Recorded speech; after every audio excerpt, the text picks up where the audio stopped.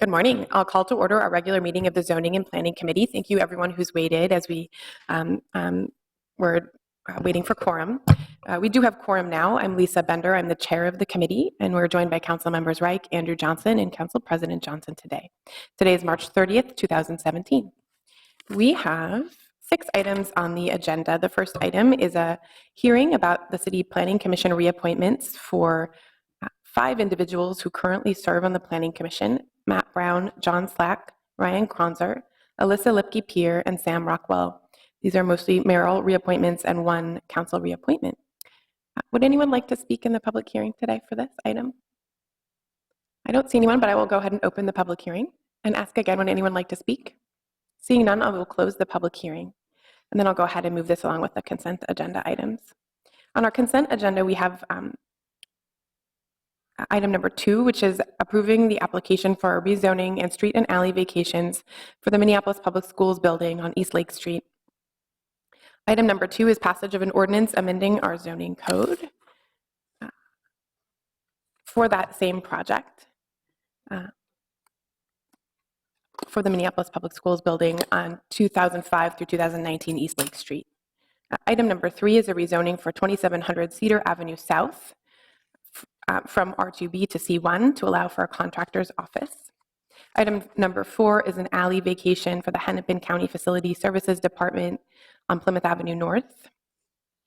And item number 5 is a passage of an ordinance related to the board member stipend for the Planning Commission and Zoning Board of Adjustment, making that equivalent to our other boards and commissions.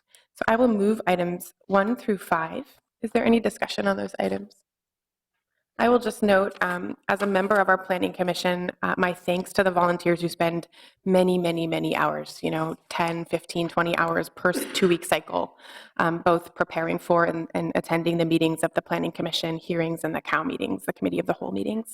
And we're very grateful for your service to our city. So with that, all in approval, please say aye. Aye. Any opposed?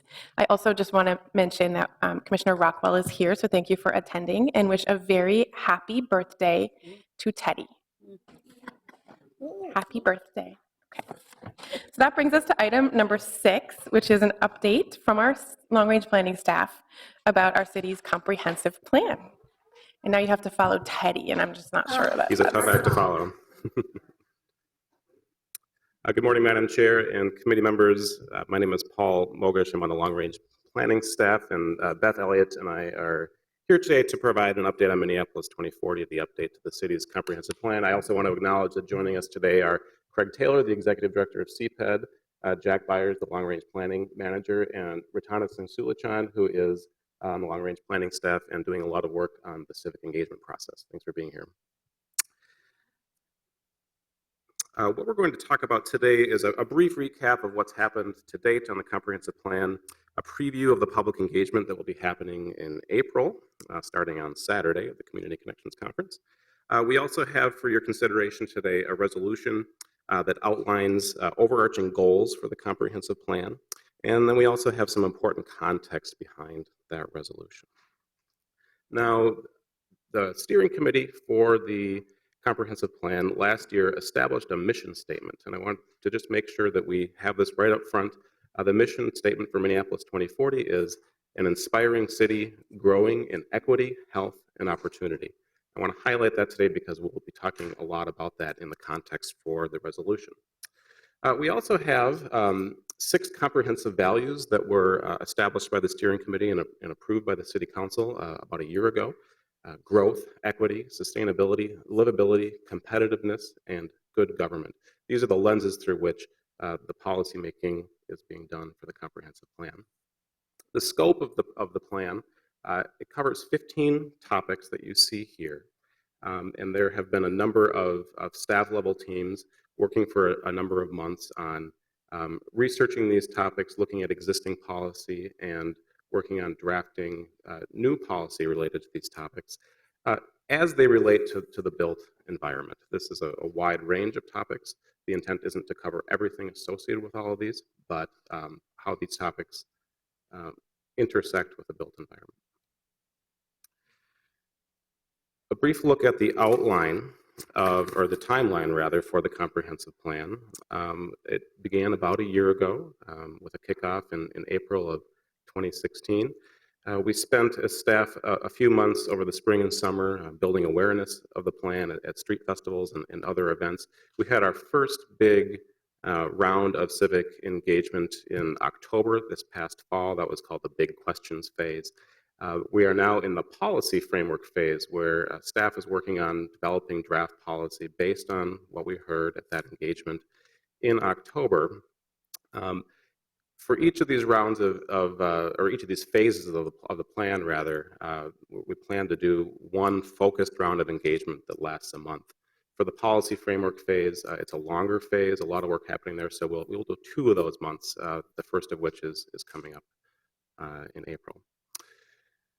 So we'll be back in the summer with another round of engagement and have a draft document for review at the beginning of 2018 with, again, more engagement on that draft, with a final vote expected on the plan about a year from now to submit it to the Metropolitan Council.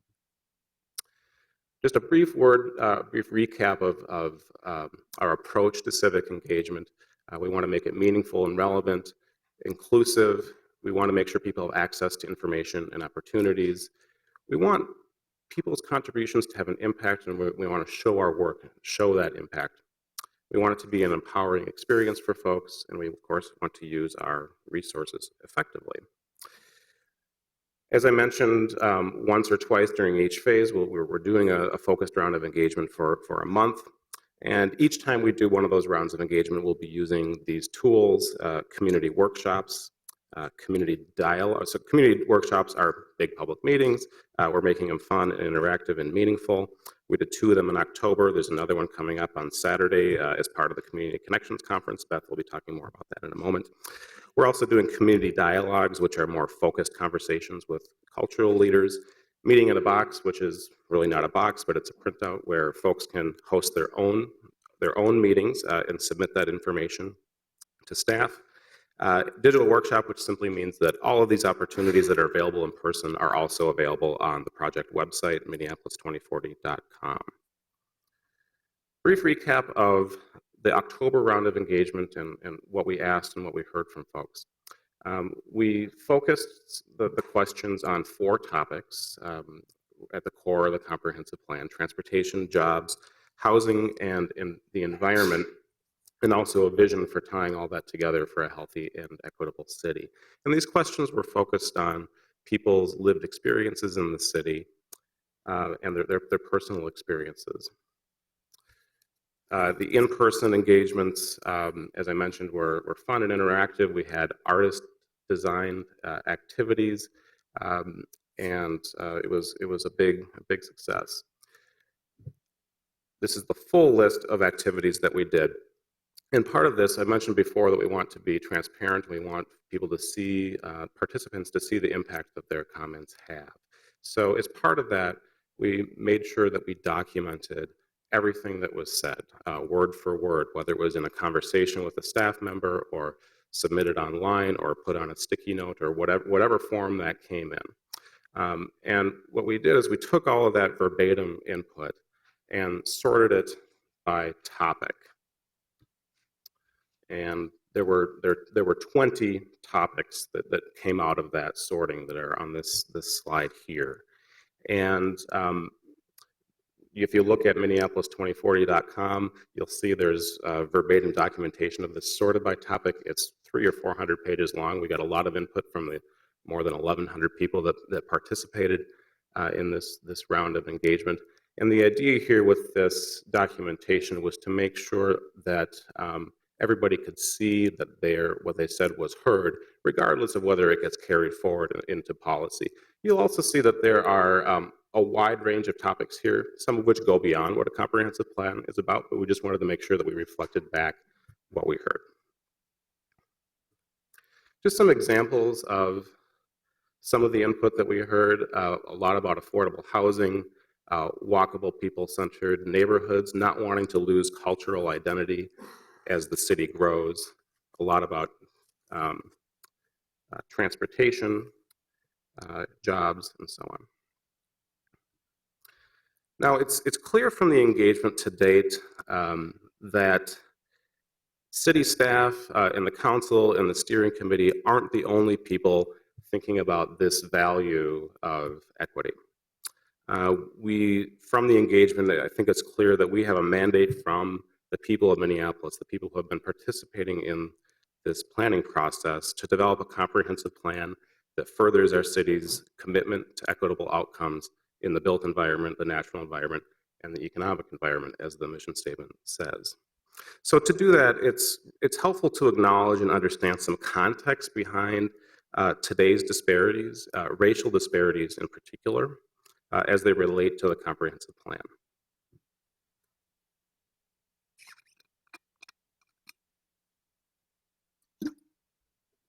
Now, land use and housing are core comp plan topics, of course. And one piece of that context when it comes to land use and housing and racial disparities is the practice of racially restrictive covenants. This is a practice that took place in the first half of the 20th century. It's now illegal under the Fair Housing Act from the 1960s, but it's probably something that most of us are familiar with as part of our history nationwide and in Minneapolis. So here's an example of one of these racially restrictive covenants from our city on a property in Minneapolis. And it has some very stark and jarring and racially explicit language. These premises shall not at any time be conveyed, mortgaged, or leased to any person or persons of Chinese, Japanese, Moorish, Turkish, Negro, Mongolian, or African blood or descent. There's a project happening, a partnership between Augsburg and the University of Minnesota to map where these racially restrictive covenants were on property records in our city. What you see here is a work in progress from this team that's working on this. The dots in blue are property records that have been examined where there is not a racially restrictive covenant. The red dots are property records where there is or was a racially restrictive covenant found. And what you can see here, keeping the red ones on the screen, the place that you don't see a legend for what's behind the red, but this is a demographic map showing race in Minneapolis. And among the legacies of racially restrictive covenants, even though they're now illegal, the places where those were in place, those are still predominantly white neighborhoods. If you'd like more information about this project, here's the link. This presentation will be on the website for today's agenda. Now, redlining is a term that most people are familiar with, and it's the practice. We often hear about it in the context of realtors steering people of color to one part of the city and steering white people to another part of the city. It also goes back to, in the 1930s, there was an organization called the Homeowners Loan Corporation, and they had maps for every major city in the country that kind of made those decisions. These maps decided where folks could or could not get a mortgage backed by FHA. And so you can see in the legend, we have areas that are quote unquote best or still desirable or definitely declining or hazardous. And again, just with the racially restrictive covenants, there's some very jarring language. So I won't read all of this, but I'm going to read just a few words of this to give you a flavor. This is the language that goes along with the area deemed hazardous on 4th Avenue South. This area running north and south along 4th Avenue South was once a very substantial and desirable area for homes about 40 years ago. Again, here we are in the 1930s. A gradual infiltration of Negroes and Asiatics has occurred on 4th Avenue South, beginning at approximately Franklin and moving south. So you get the idea of the tone of this language. And the result, again, this of course is no longer an explicit practice, but some of these patterns remain. And of course, this is about home ownership, so it affected not only the geographic patterns of our population, but also wealth building. And it affected transportation decisions. If you look at an overlay of our freeway system today, we hear a lot about what happened in the Rondo neighborhood with 94 in St. Paul. We had a similar situation in Minneapolis where the decisions were made to put freeways and not put freeways. And clearly, from this photo and others that you've seen, freeways had direct impacts to communities of color, but more broadly, during this period, redesigning our city for the car in general created more of a gap between those with good access to transportation and those without options. So that's a little bit about our past. We wanted to talk a little bit about how that has influenced our present. And one major element that we are incorporating to the comprehensive plan this time is public health. Our public health commissioner is on our steering committee. Her staff are working on a variety of research teams, making sure that we are really mindful of including public health in all policies. And this is particularly interesting to me because I feel like a lot of public health staff and planning staff, we kind of work in parallel doing very complementary work, active living, healthy living, other components, but this is really the first time that we've been very deliberate about incorporating our work together. And so a lot of the discussion has been about what are the social determinants of health. And when you start looking at those past maps, they look very similar to some current maps as well. And so what we talk about with the social determinants of health, of course, is where people can get educated, where employment opportunities are.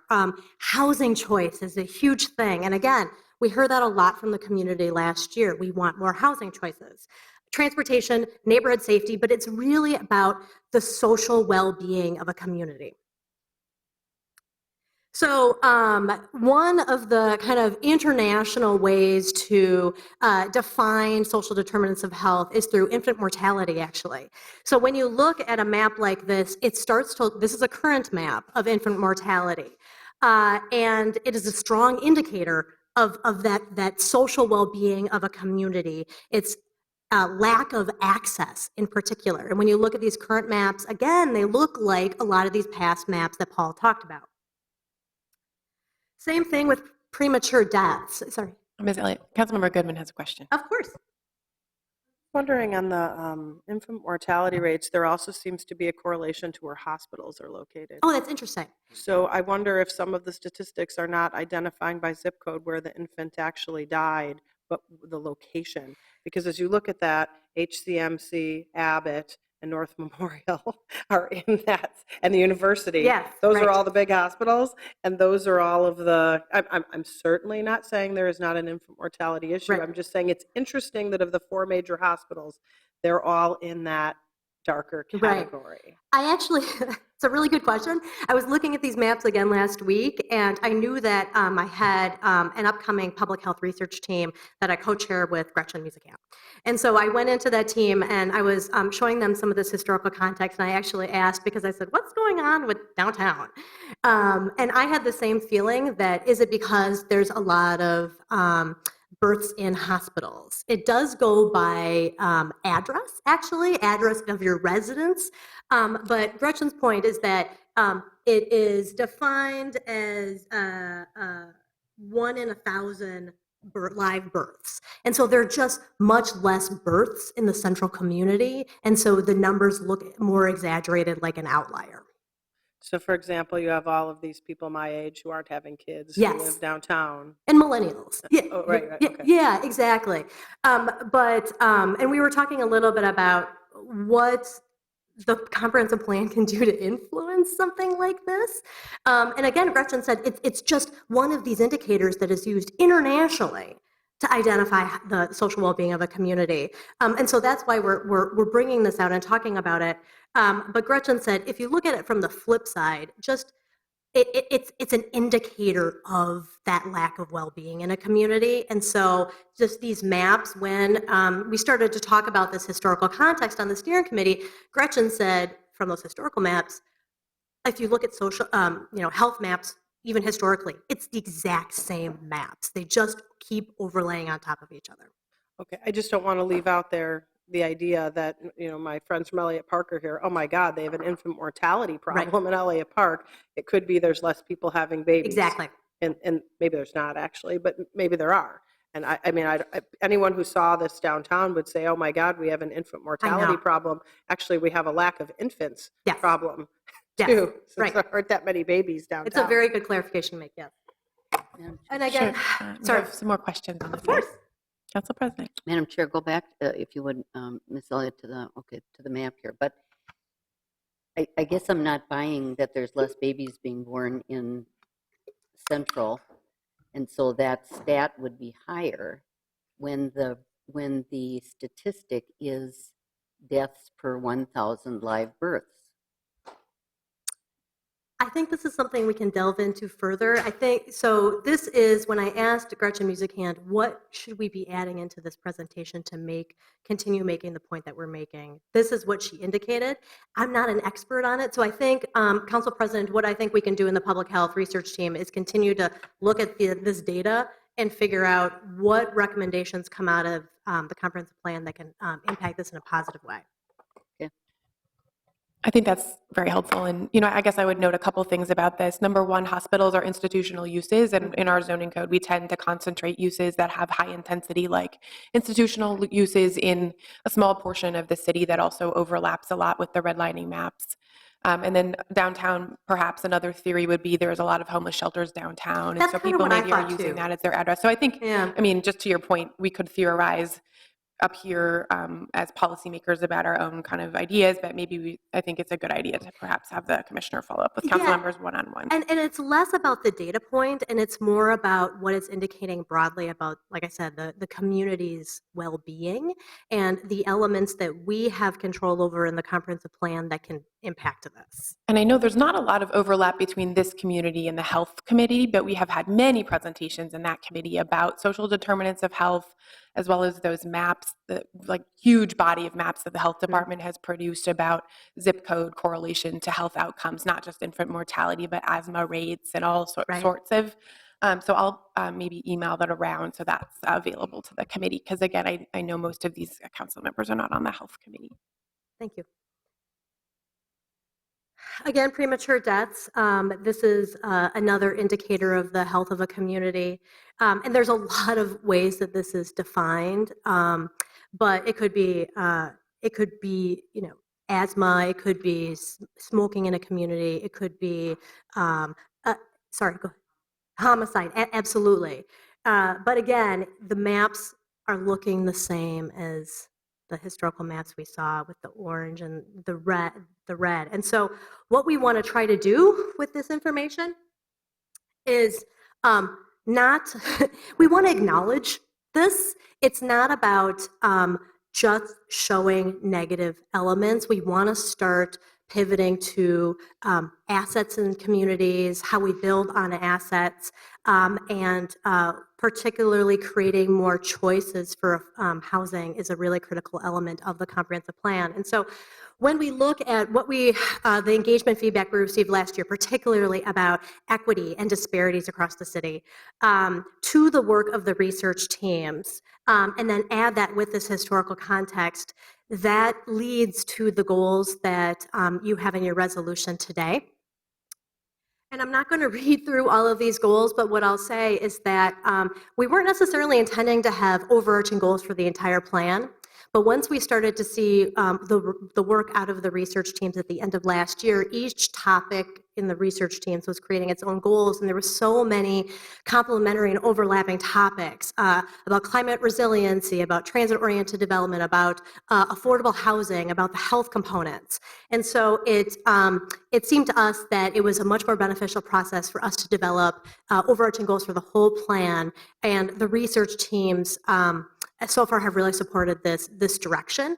And what the way we've designed these goals is that they are the umbrella And then underneath will be policies and action steps. And those action steps will be the measurable components to these goals. And so the goals themselves are not meant to be specific.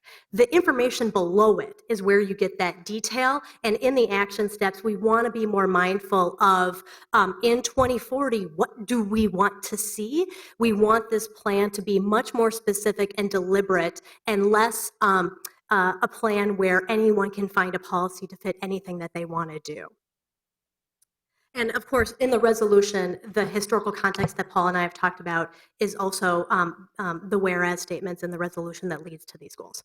And Ms. Elliott, I just wanted to note that I wanted to thank staff for making sure that you were very proactive in reaching out to every council member. I know you followed up.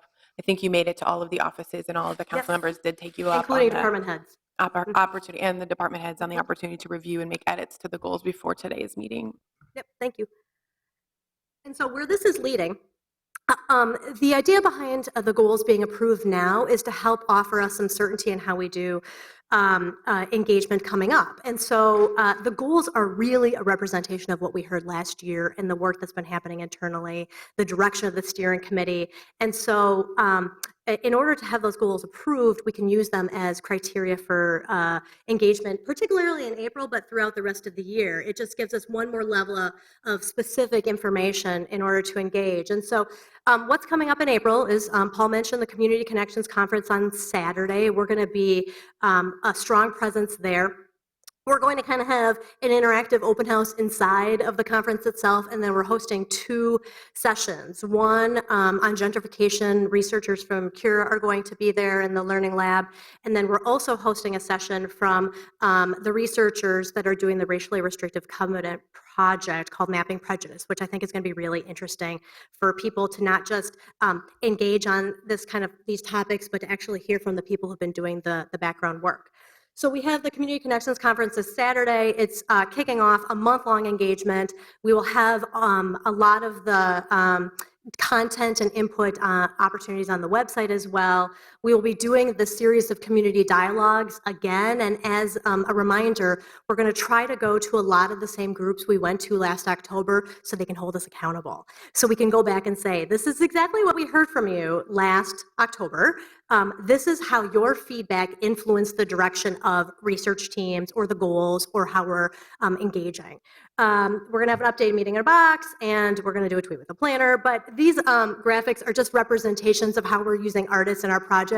One cool thing, last year we hired a couple artists to build a mobile engagement tool for us. It's called an Inequity Cranky, and it's on a bike, and they're going to test it for the first time this Saturday. And a cranky is kind of one of those rolling movies, and they've designed a historical cranky that basically lays out a lot of the historical context of how Minneapolis developed, and then people can design their own crankies. So that's one example. And then we're also having conversations about housing choice. It's in an activity called Envisioning Housing for All, and we're kind of constraining a game so people can kind of figure out how we build our city to be more equitable and how we grow more equitably.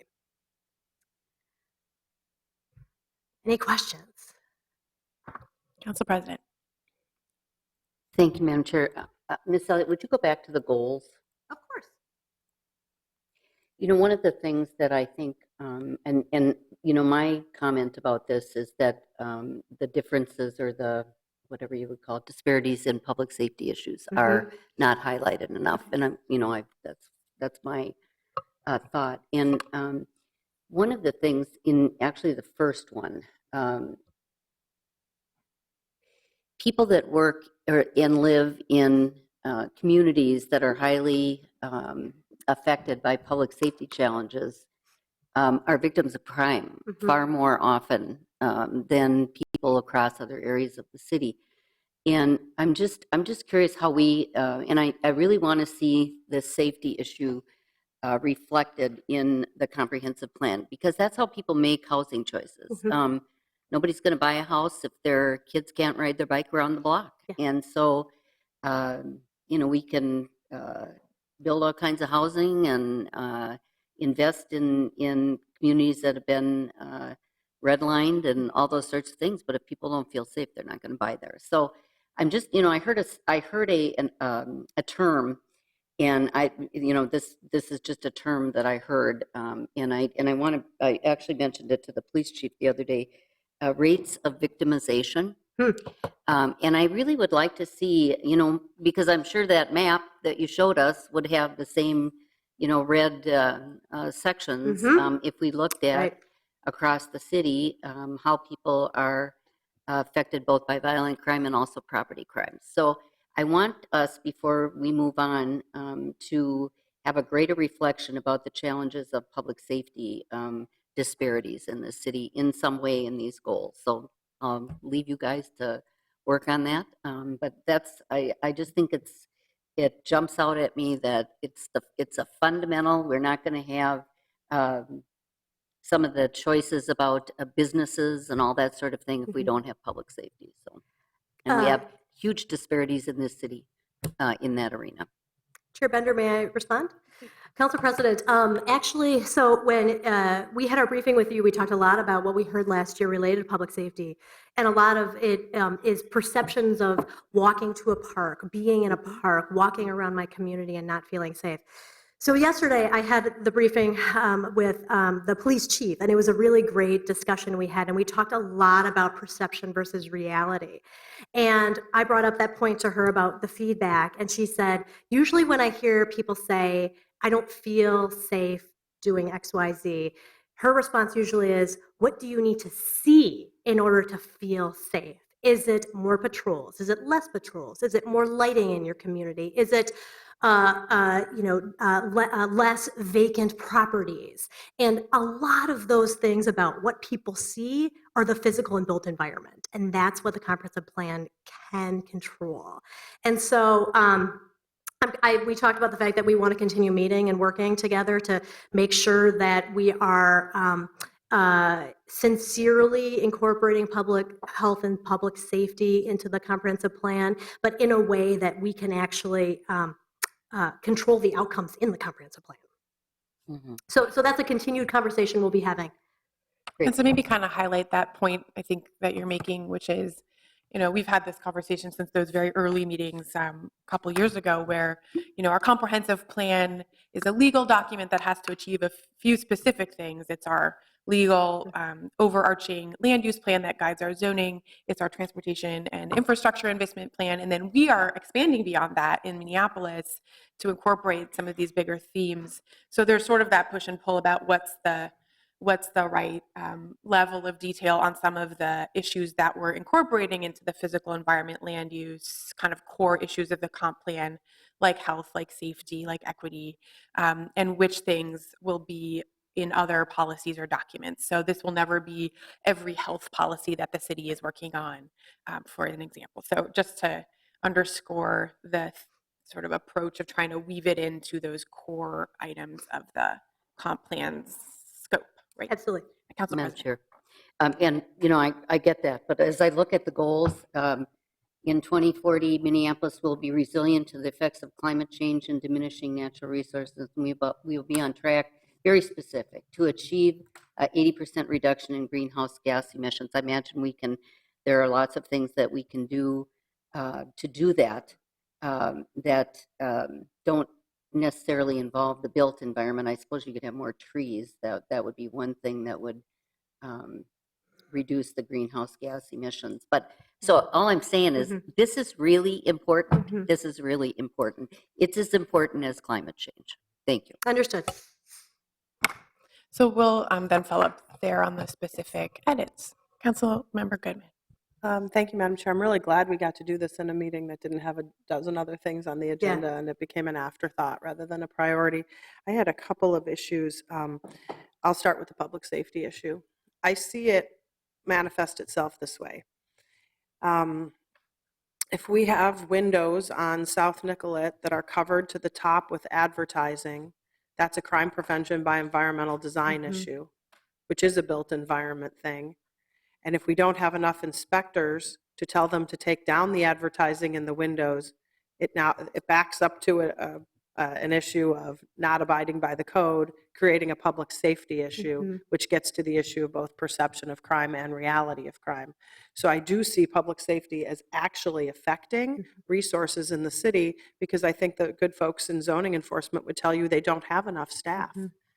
And when I call someone and say the windows in front of the new hotel on Hennepin are completely covered with advertising, and we've had 3 inspectors out and they still refuse to take them down, and then there's a crime on Hennepin on a Sunday night at 2 in the morning, and no one's sitting in the lobby of that hotel looking out at it to be eyes on the street for us, that then does come back to being a public safety issue.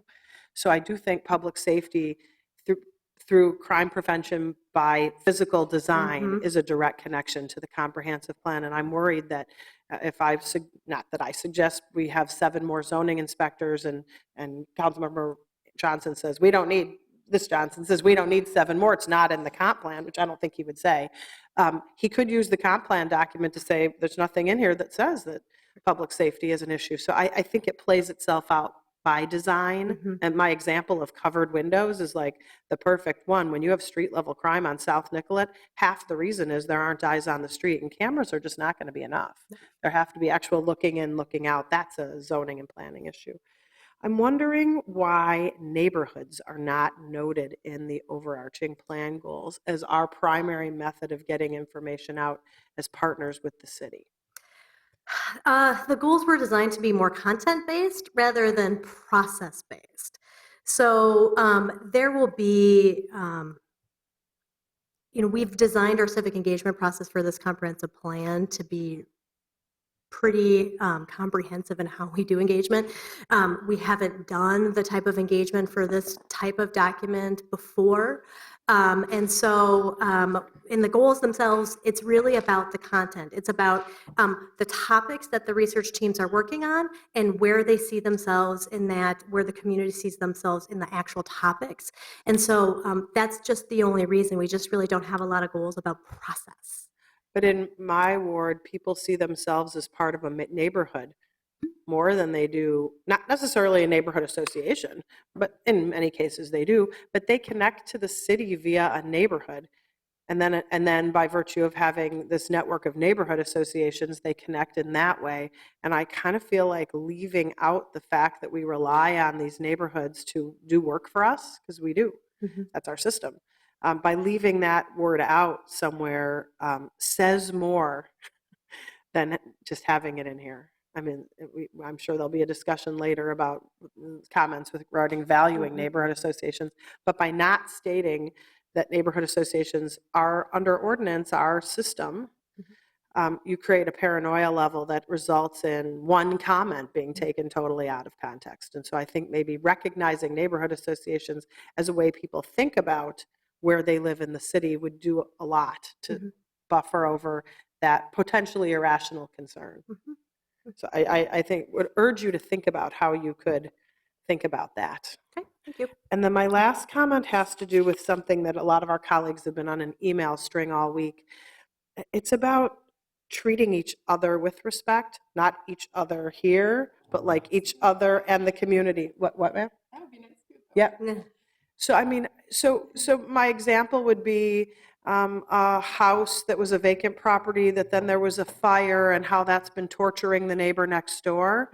And we don't have anything in here about one of our goals being that we treat each other, broadly defined, in our city with respect. I realize that we can't regulate behavior, but if respect was a goal of the city, respecting your colleagues, respecting your neighbors, respecting the health department as much as respecting the police, I think that would go a long way to say what we view as the Minneapolis way.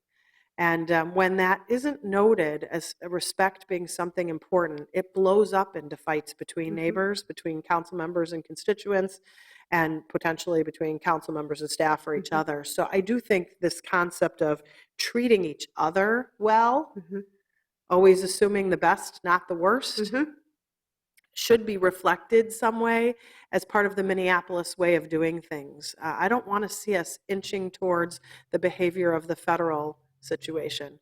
I want to see us advocating for having our own value In our city goals conversation at the beginning of this term, I was the strongest advocate for and lost having the top city goal being happiness. Maybe I'm just too close to the Scandinavian environment where happiness is a massive measurement of how people's wellness is, but I'll back now off of happiness and move on to just the general idea of treating each other with respect. I think if we said that more, people would act that way more towards each other, and I think it would be a good thing to have as part of our goals. Okay, well, thanks for all this discussion. I agree, and I also think, as I kind of, our little side conversation was, as elected officials, the more that we can sort of model that behavior ourselves, the better, I think. So I will go ahead and move the resolution that Councilmember Reich and I authored together as members of the steering committee. I do want to read some pieces of it because I think it's important and reflects the important work that, again, I'm very thankful for your leadership as staff on this. You've worked very hard to engage hundreds of staff across the city enterprise in multiple departments in a way that hasn't happened before for this kind of plan, as well as all of the council members frequently briefing us individually, as well as thousands of people in the community. And again, this is unprecedented for this kind of plan, and I applaud your efforts. This is a resolution, again, Councilmember Reich and I have authored, establishing goals for the Minneapolis 2040 update to the city's comprehensive plan. The initial whereas clauses kind of reflect the legislative process that we've had, directing staff to begin the update, which included those goals that we adopted as a council at the beginning of our term. We received and filed and then adopted an engagement calendar for the plan itself that reflects the community engagement that's happening now. Whereas the Metropolitan Council projects the city's population to increase from an estimated 411,000 in 2014 to over 459,000 in 2040, and whereas the Metropolitan Council projects the city's number of households to increase from an estimated 175,119 to 204,000 in 2040, and whereas the Metropolitan Council projects the city's employment to increase from an estimated 308,000 in 2014 to 350,000 in 2040, so our city is growing, those whereas clauses state. Whereas the city of Minneapolis intends to meet or exceed these projections, and whereas among the 25 most populous metro areas, the Twin Cities Metro has among the largest disparities between people of color and indigenous peoples compared with white, non-Latinos in poverty rates, home ownership, employment, and level of education. And whereas many participants in the Minneapolis 2040 process thus far hope the plan will address disparities in jobs, housing, air quality, parks, public safety, and transit, including investing in more in geographic areas with the most inequities. And whereas Minneapolis has a history of housing patterns that were established through racially restrictive housing covenants and redlining practices that limited home ownership opportunities for people of color and indigenous peoples, and those same areas experience inequities in health and the social conditions that support health today. And whereas Minneapolis first grew around streetcar lines and then transportation decisions made in the mid-20th century divided Minneapolis neighborhoods and disproportionately impacted communities of color and indigenous peoples by expanding the amount of pavement devoted to vehicle traffic. And whereas rapid action is necessary to reduce greenhouse gas emissions and curtail the effects of climate change to which low-income communities are most vulnerable. And whereas the city's future growth must help eliminate disparities among people of color and indigenous peoples compared with white people, now therefore be it resolved by the City Council of the City of Minneapolis that the City Council directs the Department of Community Planning and Economic Development to update the city's comprehensive plan based on 13 overarching plan goals established through the Minneapolis 2040 engagement feedback and furthering the city's commitment to equitable outcomes in the built, natural, and economic environment. And then the resolution concludes by listing those plan goals that are on the screen today. So again, I've moved that item. I will see if there's any further discussion on the resolution. Councilmember Wright. Thank you, Madam Chair. I want to echo the comments that you made, and thanks to the work that's moving forward. As someone who co-chairs with you, you get to kind of observe firsthand the hours that get poured into what we have before us, and knowing that this is in some ways just the beginning of the formal process, the hours and hours that lay before you. So I salute you moving forward. I do want to make a couple of comments. I want to echo the notion that crime and safety need to be further highlighted. And I don't want to just leave it with that notion. I think I'm going to make a staff direction that you start with a map that reflects that data point, and then the relevant commentary that would follow the map that's consistent with the other map and commentary and observations that you've made. of course making it contextually relevant to the exercise of the final product that we're making. But I think you know what I mean when I say make the map, make the commentary, and make it relevant. The other staff direction that I wish to include in this is that it might seem like a small point, but it's a point that I think needs to be discussed a little bit. When we have a lot of commentary come in and we record all that commentary, I think that's appropriate, and I don't want to edit any of that commentary. But when one Post-it note becomes a thematic bullet point of somehow statistical relevance to this exercise, I'm just going to call that one as a big no. I call that as an outlier, not just an outlier, an extreme outlier. We're talking a rock outside of the orbit of Pluto outlier. It just doesn't belong there. I'm not even talking about the value of what it's commenting on or not. I'm just saying it just doesn't belong there as a bullet point. It's a Post-it note. Put it with the other Post-it notes and strike it. That's a staff direction. People can comment on it here, but that's what I want to include. Crime map and strike that bullet point. Okay, so we have a motion for two different staff directions. I do want to ask staff to respond, and I'll just maybe give a little context here. So we haven't had a presentation or an action on a staff report like many of the hundreds that are available on our city's website, and staff in departments across the city, including NCR and the health department and CPED. But there is a bullet point in the report that has caused some interest and concern. And I thought your response at the steering committee actually helped me understand much better that question. So could you just kind of, either one of you, respond to this question about how did you decide which items to include in the staff report? Again, that is not a part of our action today. And then could you just kind of help us understand this bullet point, this one bullet point? Sure. Madam Chair, members of the committee, I think I glossed over that process a little bit when I was talking about the documentation of the input that we've received so far. I did mention, of course, that we recorded verbatim everything that we heard and saw, and that we, with the help of some software, sorted all of that input according to those 20 topics that we showed in the slideshow. And in addition to making available the verbatim responses, that those 300 or 400 pages is sorted by topic, we put together a summary document that listed all of the ideas that we heard under those 20 topics. So some of them had 4 or 5 bullet points, some of them had more like 10 or 15 bullet points, depending on the number of ideas that we heard under each of those topics.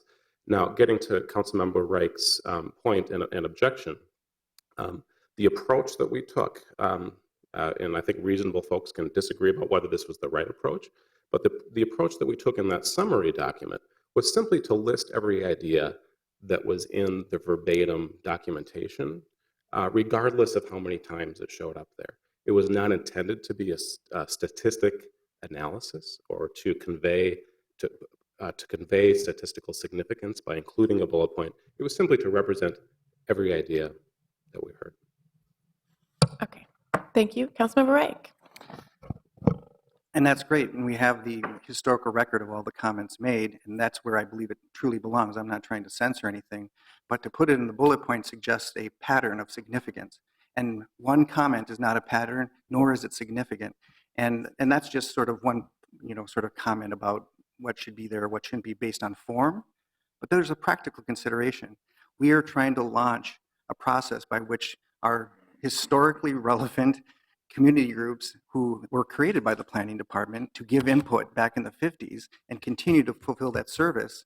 Of course, that's a history we're not talking about. We're talking about redlining. We're not talking about our partners. Maybe that should be included in the report as well. But that'll be a later staff direction, maybe at full council when I can formulate it a little bit better. But moving forward, practically speaking, you're creating great damage. You're saying, you guys aren't significant. We don't really respect you.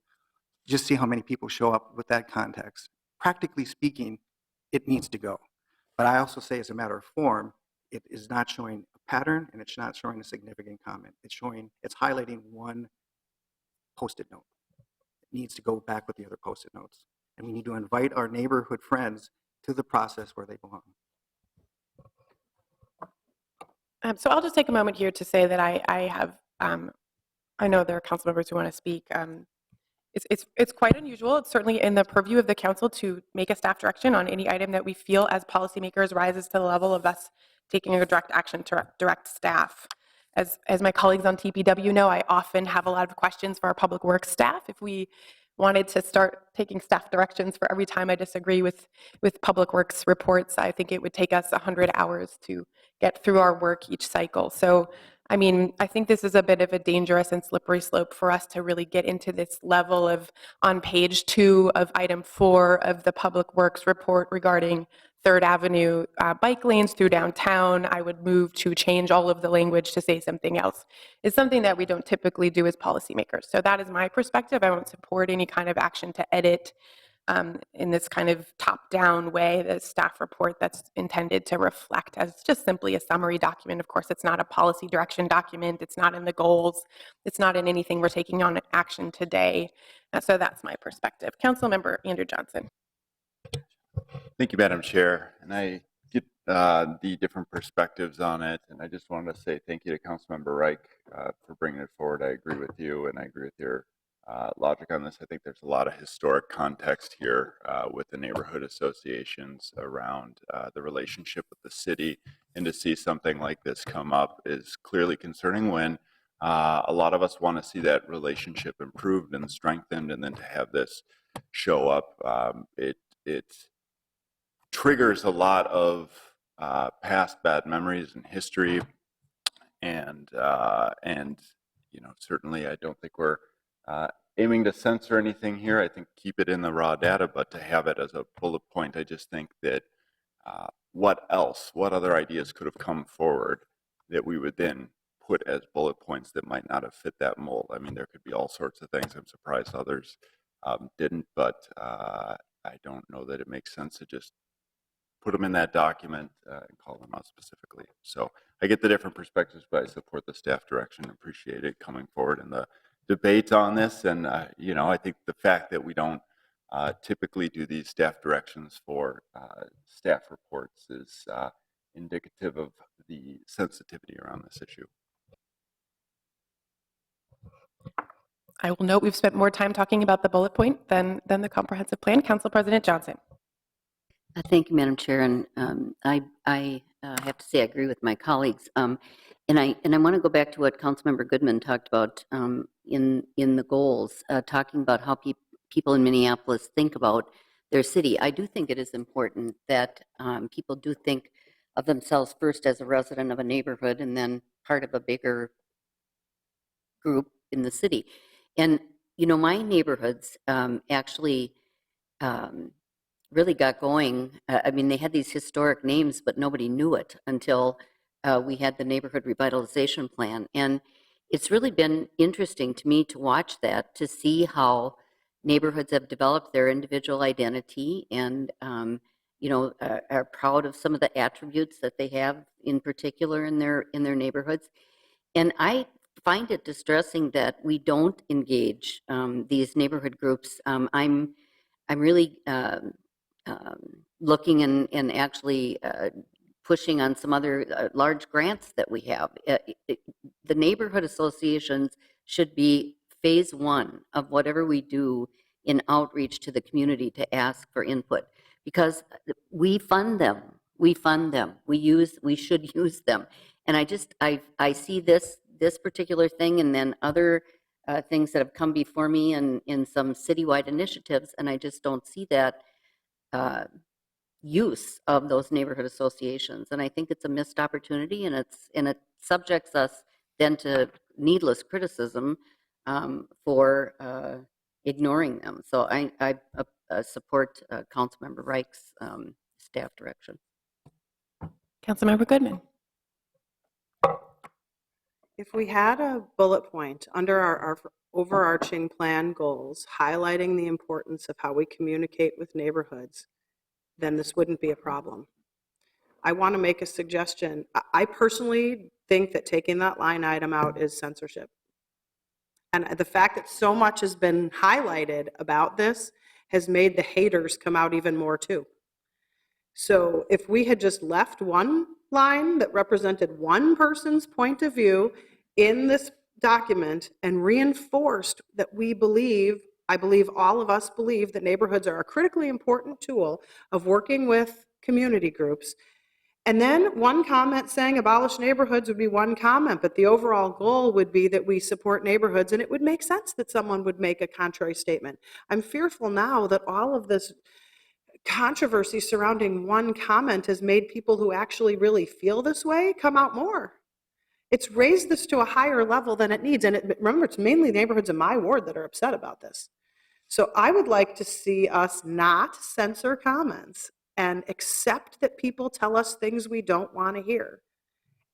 But say what we believe in, which is why putting neighborhoods in the overarching plan goals and reinforcing that that is the point of view of the city would do more to support neighborhoods than silencing the one person who says we don't agree with you.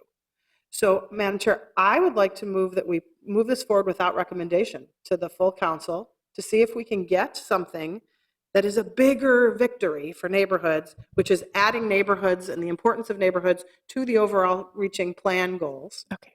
And then we can not have to worry about the one person's point of view that's probably now 100 people's point of view, given the amount of attention this has received in social media. So I am going to continue to move this for approval through this committee. If folks want to vote against it, that's fine. I do want to note that staff met with every council member before this meeting today. And I do want to also reiterate a couple of other points. The last bullet point here in the overarching plan goals does talk about an overall commitment to process that's proactive, accessible, and financially sustainable. We actually have a blueprint for equitable engagement. Again, those details go through the Community Engagement Committee. I know there's not a lot of overlap between the council members who serve on this committee and that committee. That actually is a document and a series of policy actions that have, of course, come through the full council.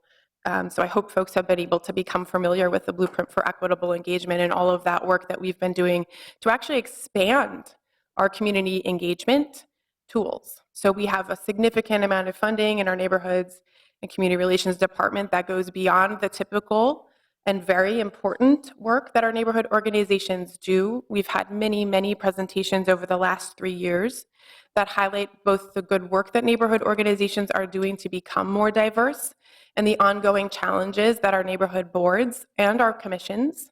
So I take responsibility as a policymaker who appoints those boards and commissions, do not reflect the population of our city. They do not racially reflect the populations of our city. The gender makeup of our boards and commissions and boards is not reflective of our overall population, and in many other factors, in income, in tenure, whether you rent or own a home. We know that we have work to do in the institutions that we rely on to continue to diversify and make more reflective. And so acknowledging that all of our policies around community engagement that this council has adopted over the past 3 years have been about not only reiterating our support for our neighborhood organizations, including giving nearly $10 million of the funding that was removed in the previous council back to the neighborhood organizations before many of us were in office, but also continuing to expand the ways that we engage with communities that we know are underrepresented in our typical ways. And so I'm not comfortable rewriting the goals of our overarching land use and transportation infrastructure policy document to undermine or redo or edit the work that we have done together as a city council, 13 council members, over the past 3 years to make a lot of policy progress. Statement after statement, I believe all have unanimously passed. Perhaps maybe folks didn't actually support those votes, but we've taken them right over and over again as a council, and we have said that our commitment to our organizations, our city, and ourselves as council members is to continue to expand the ways that we are doing the process of each decision that we make as a city. So I wouldn't support trying to dictate within the overarching plan goals of the comprehensive plan one particular method of community engagement, again, because we have full documents and many actions, legislative actions as a council that speak to that much bigger issue. And so then kind of maybe the second point on that, is, again, these are meant to be very high-level goals. And so I know as council members were briefed one-on-one with staff, all had an opportunity to give feedback and edits. I know many of those were incorporated. I don't think there were a lot of edits coming through those meetings. But I think that staff reiterated there and again today that as we go forward here over almost the next year before we're adopting a final plan, these become the overarching goals that guide the policies that are underneath. And those policies are where we get into this very specific, maybe we do want to say our only method of engaging with communities through neighborhood organizations, but that would come in a bullet point that would come below this overarching goal. And I think the important point, because we're adopting goals here at this point in sort of interim piece of our plan process, to know that before now and the final plan adoption in 2018, we will have the opportunity to go back and edit these goals many times before the final document is adopted by the council, reviewed by the adjacent communities as required by the process, and adopted by the Met Council. And so if our bullet points coming underneath mean that we need to revisit the way that we've talked about community safety here in the 5th bullet and make it more specific, we'll be able to do that if we think that the underlying policies around public safety that I know staff is writing as we speak aren't reflected enough, right, is one example. And so I just would encourage everyone to sort of stay with the process here. We know we can iteratively reflect and rewrite the goals as we go forward if council members feel that their specific policy direction that they want to take as a city isn't reflected in the final document. Councilmember Reich. Thank you, Madam Chair. And taking into account your point about committee protocol, staff directions are usually not the best way to go about things, in my opinion, in any instance. So I'm going to retract that. However, I think Councilmember Goodman brought up, I think, a much more sustainable framework for committee work, and saying that this is, even if it's a small fraction of the document that's moving forward to full council, if committee members feel that it's not quite ready, doesn't matter if it's the wrong color for a doghouse or whatever it is that we take up, we're saying it's not quite ready, we need to work it out. We do that time and time again with very little problems in that process, particularly in this committee, actually. And so yes, that is true. So respecting that, I want to retract that, ask my colleagues to deny the motion before us, and then take up Goodman's motion to move forward without recommendation. I think that would be the proper way to do it. So. Okay, so you made 2 recommendations for staff directions, and you're withdrawing both of them? Withdrawing both of them? I do want to, okay, so. But they will be noted as a heads up for what might be needed for full council approval. Right. So, Madam Clerk, I would like to call the roll on my motion to approve the resolution that was co-authored by Councilmember Reich and I. So please call the roll. Councilmember Goodman? I don't know what I'm voting on. Madam Chair. This down and then vote yours. Okay, so. Madam Chair, you have another motion in front of you. Councilmember Wright made a motion. Oh, Councilmember Reich, you're making a substitute motion. I am. And that is to move forward without recommendation. Okay. I didn't catch that. I understood that you were withdrawing your original withdrawing staff that direction. and taking Goodman's approach to the matter. Okay. On the substitute motion to move forward without recommendation, clerk, please call the roll. Councilmember Goodman? Aye. Andrew Johnson? Aye. Barbara Johnson? Aye. Reich? Aye. Warsame? Absent? Chair Bender? No. That motion passes. This motion has been moved forward without recommendation. I would encourage council members who didn't get a chance to give their feedback to staff after their one-on-one meetings or after the document was made public 2 weeks ago to please communicate with staff any edits they have before the final council meeting. And we are adjourned. Thank you.